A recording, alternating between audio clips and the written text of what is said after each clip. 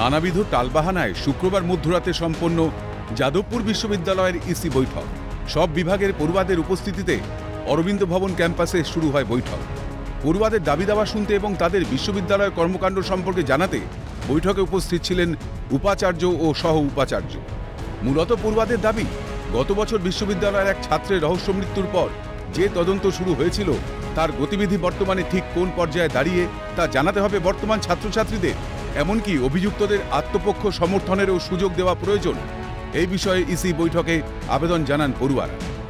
গত 9ই আগস্ট একটি ঘটনা ঘটে, সেটি খুবই দুঃখজনক ঘটনা। তো সেই কারণে সমস্ত অভিযুক্তকে যাতে তাদের আত্মপক্ষ সমর্থনের যে অধিকার সেটা যাতে দেওয়া হয়, সেইটার দাবি জানাতে আমরা আজকের এখানে এসেছি। পাশাপাশি বিগত 4 বছর ধরে যে ছাত্র সংসদ নির্বাচন প্রক্রিয়া স্থগিত রয়েছে সেই প্রক্রিয়া পুনরায় চালু করতে বৈঠকে ডেপুটেশন জমা দেন একাধিক বিভাগে ছাত্র সংগঠন।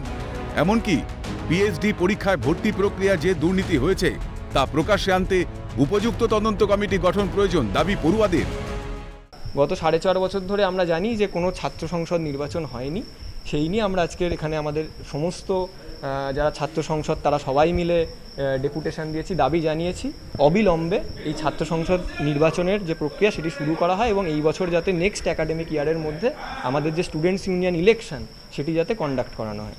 যে পিএইচডি দুর্নীতি নিয়ে, যেটা কি বড় একটি ঘটনা, যে পিএইচডির ভর্তি প্রক্রিয়া নিয়ে দুর্নীতি, সেইটি নিয়ে যে তদন্ত হবে, সেই তদন্ত কমিটি যাতে গঠন হয় সেইটা নিয়েও তারা একটা তদন্ত কমিটি গঠন করার কথা বলছেন। অন্যদিকে পড়ুয়াদের স্বার্থেই বৈঠকে যাবতীয় দাবি মেনে নেওয়া হয়েছে। আগামী দিনে ছাত্র সংসদ নির্বাচনের জন্য মুখ্যমন্ত্রীর কাছে আবেদন জানানোর প্রতিশ্রুতি দিলেন শিক্ষাবিদ কাজী মাসুম আক্তার। কিন্তু বিশ্ববিদ্যালয়ের পরিবেশ নষ্ট করছে বেশ কিছু পড়ুয়া, যা একেবারেই কাম্য নয় বিশ্ববিদ্যালয় কর্তৃপক্ষের কাছে। তবে বৈঠক নিয়ে স্পষ্ট করে কিছু বলেননি রেজিস্ট্রার স্নেহ মঞ্জু বসু। আমরা আজকে সিদ্ধান্ত নিয়েছি ছাত্র ইলেকশন করাবো, তার জন্য রাজ্য সরকারকে আমরা চিঠি দিচ্ছি যে নির্বাচন করাবো ছাত্রদের স্বার্থেই। আমরা বলেছি তোমাদের সাথে কথা বলা হবে, তোমাদের সাথে কথা বলে তোমাদের বক্তব্য শোনা হবে, কিন্তু তদন্ত করবে তো বিশেষ ব্যক্তি, বাইরের ব্যক্তি, তাদের উপর আস্থা রাখতে হবে। কিন্তু পাশাপাশি ছাত্রদের দায় দায়িত্ব সম্পর্কে তাদের অকিবহাল থাকতে হবে।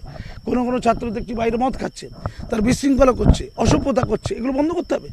সিনিয়রদের কাছ থেকে জুনিয়ররা শিখছে, এত বড় র্যাগিং ঘটনা ঘটলো, এটা যেন কোনোদিন বিশ্ববিদ্যালয় না ঘটে সেটা সুনিশ্চিত করতে হবে। সেই দায়িত্ব আমাদের। আমি একজন চ্যান্সেলর নবীন হিসাবে সেই দায়িত্ব পালন করার ব্রত নিয়ে এখানে এসেছি। না, দাবি কিছু না, আমাদের যে সমস্ত ডিসিশনগুলো ছিল সেই ডিসিশনগুলোকে আমরা ইমপ্লিমেন্ট করা, আমাদের সঙ্গে এসেছেন গভর্নরের নমিনি ছিলেন, আমরা সেগুলোকেই ফাইনালাইজেশন করছিলাম। ওরা যে রেজলিউশনগুলো চাইছিল সেই লিখতে সেগুলো ফাইনালাইজ করতে একটু সময় নিল। তবে বিশ্ববিদ্যালয়ের একাধিক বিভাগের পড়ুয়াদের উপস্থিতিতে প্রথমে বেশ কিছু জটিলতার সৃষ্টি হলেও পরবর্তীতে কর্তৃপক্ষের তরফে যাবতীয় দাবি মেনে নেওয়ায় সম্পন্ন হয় বৈঠক। এখন ইসি বৈঠকের সিদ্ধান্তে আগামী দিনে বিশ্ববিদ্যালয়ের অন্দরে শান্তি বজায় থাকে কিনা সেটাই দেখার। ক্যামেরায় জনি মণ্ডলের সঙ্গে বিক্রান্ত রায়ের রিপোর্ট, ক্যালকাটা নিউজ।